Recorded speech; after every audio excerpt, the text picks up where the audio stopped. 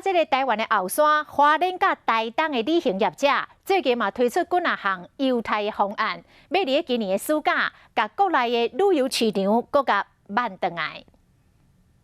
南牛奶油、棉仔糖甲木比果，也就是刺苦鸡肉落去炒，会使家己做刺苦鸡饼。好吃，好吃啊！自己做最好吃，这样真的好。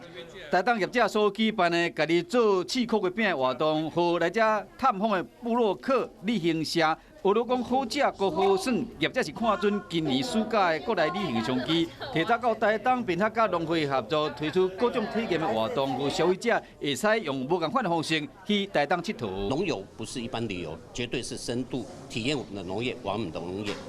除了台东的农业体验活动，花莲各大饭店嘛，积极部署推出真一项大房的优惠方案。像讲若过暝对上馆内消费的抵用券，也是甲在地小农合作，会送大西瓜，要活化在地经济。今年好热，无适合出国，不妨到花莲台东行行咧，毋来使安心佚佗甲游览，更加说体验在地生活。